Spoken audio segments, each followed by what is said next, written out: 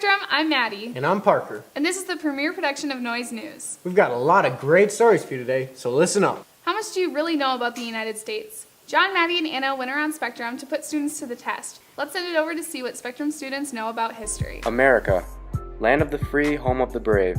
You'd think that being a citizen is easy. But here at Spectrum High School, we put our students on the line to see how much they really knew about U.S. history. What is the United States birthday? I have no idea. That's okay. I'm just gonna guess 1742. I have no idea. Really good. Danny Van Elken, who fought in the Civil War? Abraham Lincoln. Good job. Ryan Swanson, who invented the light bulb? Edison. Okay. Who are the nominees for the 2016 election? What election? I don't know. Oh, that election. Yeah. Who fought in the Civil War? The North against the South. Okay. I'm wondering how many people are in the House of Representatives. 7. It's really close, but it's like 435 people. I'm wondering how many amendments there are. 12? It's really close. It's actually 27. I'm wondering who invented the light bulb. Albert Einstein? Alexander Graham Bell. The media is constantly showing everyone images of perfectly groomed celebrities looking happier than ever. These pictures and posts can easily affect everyone, from a 10-year-old boy to a 57-year-old woman. Bella and Emma will go to explore how this topic affects Spectrum.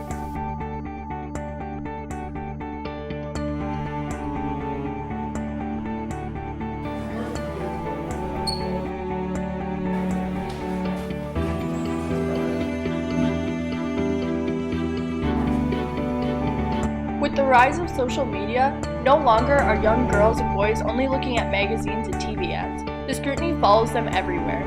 This image of the perfect body is always floating around. With fast trends like the A4 challenge, women are finding new ways to scrutinize against themselves to see if they are skinny enough. The issue doesn't seem to get much better when celebrities like these are endorsing products to alter your body for society. These waist trainers aren't only causing women to think they have to look a certain way and conform, but also causing severe issues such as organ damage and bone rearrangement.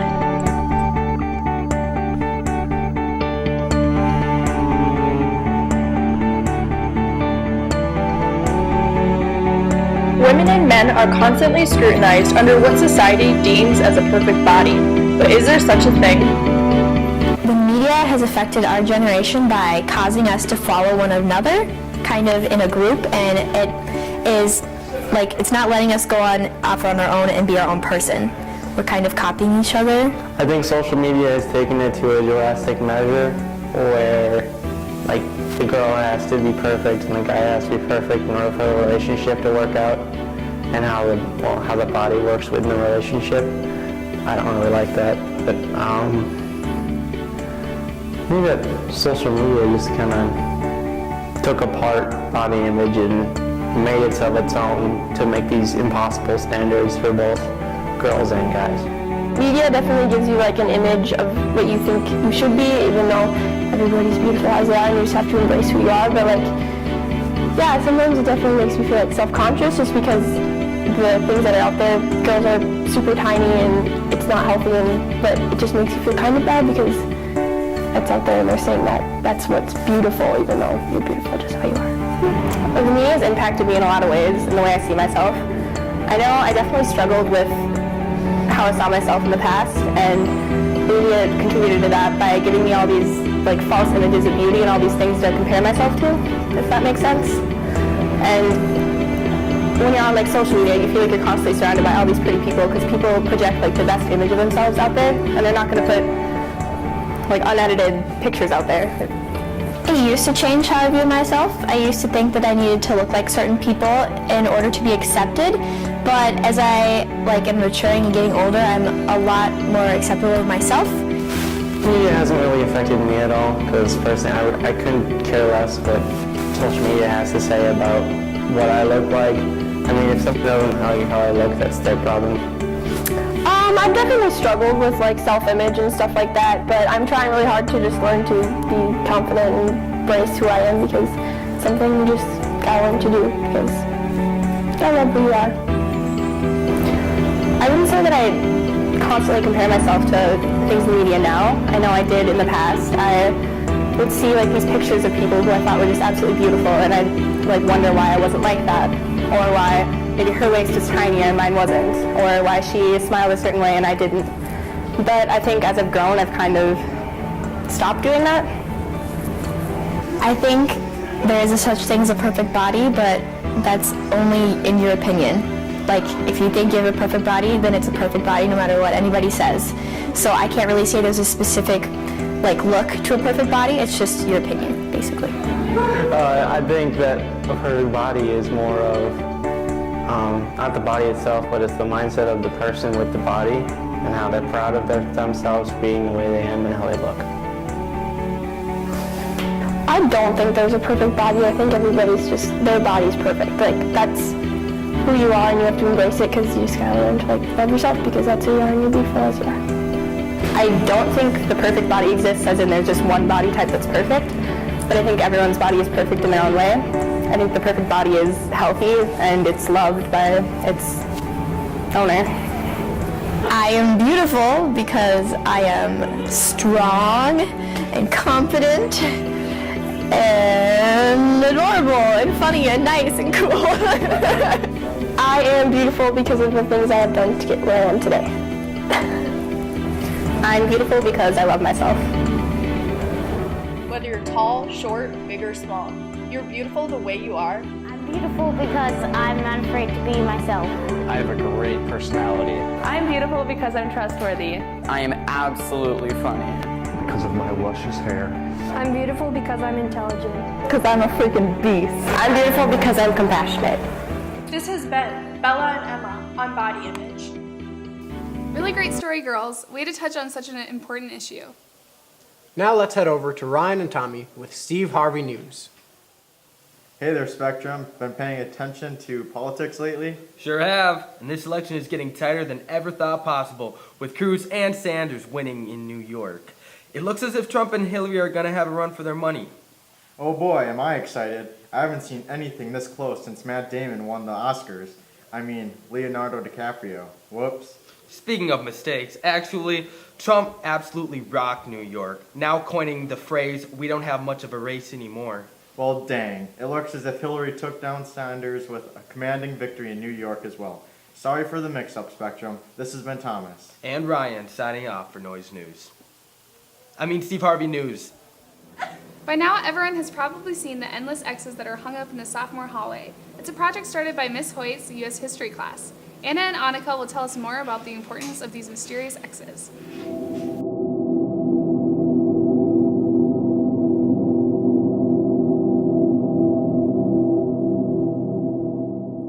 Each of the X's represents one person that died during the Holocaust, which was the systematic murder of 6 million Jews by the Nazis during 1939 and 1945.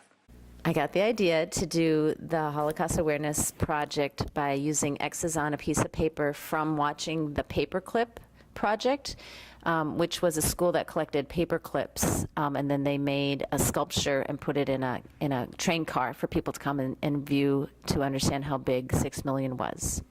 But since we didn't have the finances to purchase 6 million paper clips, I decided to put as small of X's that are still visible on a sheet of paper.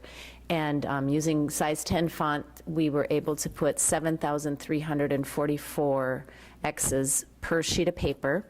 And then to get to 6 million, we needed to put up 819 sheets of paper. I actually was involved with making these X's because each X represents a Jew that died in the Holocaust. And I think that most people don't really understand what 6 million people that died looks like. And so when they're spread all around you like this, then it's a lot more noticeable when you get up close to it, since X's are so tiny, and you can see that is one person that died. And I think it's just a lot more impactful when you can see them spread out like this. I think that it's important for students to get a visual representation of 6 million just because it's such a big number, and it's hard for students, for anybody, to fathom how big of an effect taking out taking the lives of 6 million people out of the world is. And it was really fun to see the kids in the hallway having to teach the younger students who are walking through the hall, asking questions, and the sophomores were able to answer and teach about the Holocaust to these kids because of this, visual that they were walking through. I noticed the X's being put up in the hallways when they were probably about a third of the way done. Looking at it now, it just puts it all into perspective, just how many there were and how many Jews died in the Holocaust. And it's also really interesting because it really just put everything into perspective. Just the massive amount that there actually is. It's just really shocking and amazing in a bad way, really. And then I didn't actually originally know what they were for until I asked. And once I found out, it just made it all click and made a whole bunch more sense. I think it was interesting, and it was a good idea to put them all up, and I think a lot of people learned a little bit about what 6 million looks like. Today, our generation, I think it's important for us to know what happened, and so that we can take the actions to prevent those things to ever happening again in the future, even with other groups of people. Last year, I've actually been to a concentration camp with my school, and it was really depressing. Like, not all the buildings are still there, but still, like, their houses where they lived were still there, or the gas showers were still there. And then we heard a lot of stories, because when we were there, it was winter, and it was really cold. And then we actually saw their, like, what they were wearing there, and those were only, like, really thin shoes and thin clothes. And they said these days it got actually way colder there, and they had to work in the freezing cold with only their few clothing on. And we were already freezing in our winter boots and winter jackets and everything. There's also a sign up in the hall that shows the 5 million others. We weren't able, for space-wise, to put up 11 million X's, but in reality, the Holocaust in the concentration camps and through the programs that the Nazis implemented, 11 million people actually lost their lives. I'm seeing 6 million X's on pieces of paper, and the thought comes to mind that each one of these X's was a person with a story and a history and friends and family, and probably as, if not more, complicated than mine is. And all of those are just erased, changed, or just wiped off the face of the planet. 6 million is a really big number, but when you actually see the actual number displaced in this hallway, it's really quite shocking. It's a perspective on how horrible this event was. I mean, there's like 5 million more, so we could probably fill up the other hallway by the office. Great story, guys. Well, the broadcast students were touring LA. They saw a lot of art, and being the amazing people that they are, they asked around and found out what the world's art was like today. So let's pass the palette over to Emma, Parker, and Anthony. Every year around the world, people celebrate World Art Day, and this year is no exception. Los Angeles has many pieces of art ranging from statues to graffiti. But one piece in particular is being made in honor of World Art Day. Chris is from Norway, you see. Okay. He's from Norway. He's come in to do this with me. I'm a local artist.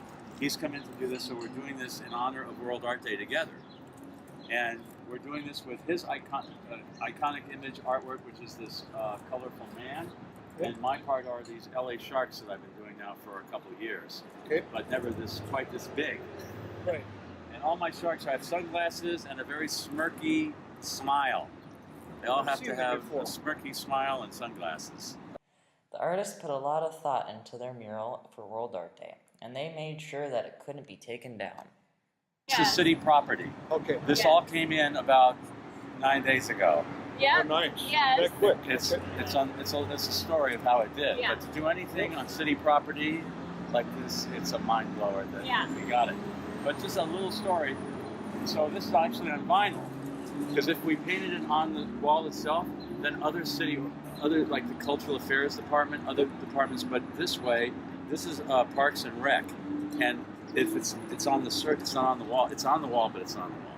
So they can make their own decisions. They So don't it makes have it to- removable and movable and all of that, yes. Okay. But it also means that they can have their own autonomy as make a decision about it. Okay. Chris and Andre are the only people who are excited about World Art Day. People all around the world are talking about it on social media and to each other. In fact, we met a man in the park and he explained some of the other murals to us. Oh yeah, he's a reverend, yeah, something like that. this guy's nails. You know who he is? Yeah, it's supposed to be the devil or something. Who thought of that, man? But hey, Some sort of political cartoon type thing, yeah. Paul Whitehead, I wonder who that is. never heard of him. And this, what are they trying to say right there? That the earth is filled with smog? Corruption? I think it's interesting. I understand all the stuff there. I just don't know what they mean by that. Oh yeah. It's interesting. They're talking about the log. World Art Day has a big impact around the world, giving people the chance to voice their opinion or outlook through paint, clay, or any other medium. This has been Parker Gangle, Anthony Kath, and Emma Gallagher, signing off. Awesome story, guys. The annual Spectrum Spring Musical happened last weekend and was a huge hit.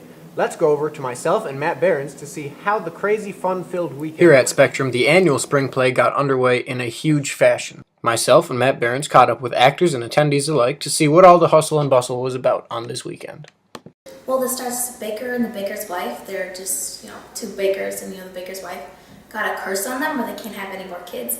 So they go through this. Witch tells them the only way to reverse this is you have to get 4 items. So they spend their whole time. They have 3 midnights to get all these 4 items, and they go through a series of people. They have to get them from Little Red Riding Hood, and Cinderella, Jack from Jack and the Beanstalk, and all those things. The play was such a hit that many people decided to go more than just one time. The play was really good. I went 3 times, Friday, Saturday, and Sunday, with 3 different friends. And I thought it was actually really good. They probably couldn't have done better. It was really good. And Sunday was probably the best. It was marvelous. They did an awesome job. Everybody was, they surprised me. They were that fantastic. Yes, the voices were great. Veronica Lee and her little singing voice, and then her scream. And scream was awesome. And Nathan Roberts' wolf cry was very fun, and everybody else. Princesses, and the foot chopping off was all marvelous. Yes. Oh, and the throwing of the food. The food. That was very good, as Miss Sully was swallowing it as the cow. Yes. It was all very entertaining. Awesome. Yes, I laughed it and was. laughed and laughed. Yes. Especially the scream. Love that scream. I liked Nathan Roberts' part as the wolf. I thought he did an excellent job. Everyone in attendance of the play was expecting to enjoy it, but no one was expecting just how great the performance was. I loved being surprised by the beautiful, awesome talent that was hiding in these little unsuspecting bodies. They just blew me away with their delivery was very humorous, and the technicality was awesome too. They were very, very well rehearsed and good delivery. After the play, the performers received a standing ovation and took a bow after all their hard work. This has been Parker Stockwell and Matt Behrens, signing off. Well, it is that time of year again, Spectrum. The seniors have started to slack on their homework. Let's go over to Ryan and Thomas to see the cause and effects of the famous senior slide. Ooh. Students around the world have a high school goal of obviously graduating. However, it seems that the closer you get to the end of it, the lazier you become. I think that senior slide is a problem with seniors. I think that they're just done by this time of year. They don't want to work anymore. They've done their big projects, and they start getting the itch for the nice weather, and they don't want to do any big projects. So the caliber of work that we get out of the seniors oftentimes is a little less this time of year. It's true. The further along you get in high school, the better you become at managing your time. However, the trick is to stay focused and to try to spend an allotted amount of time every day on homework and studying.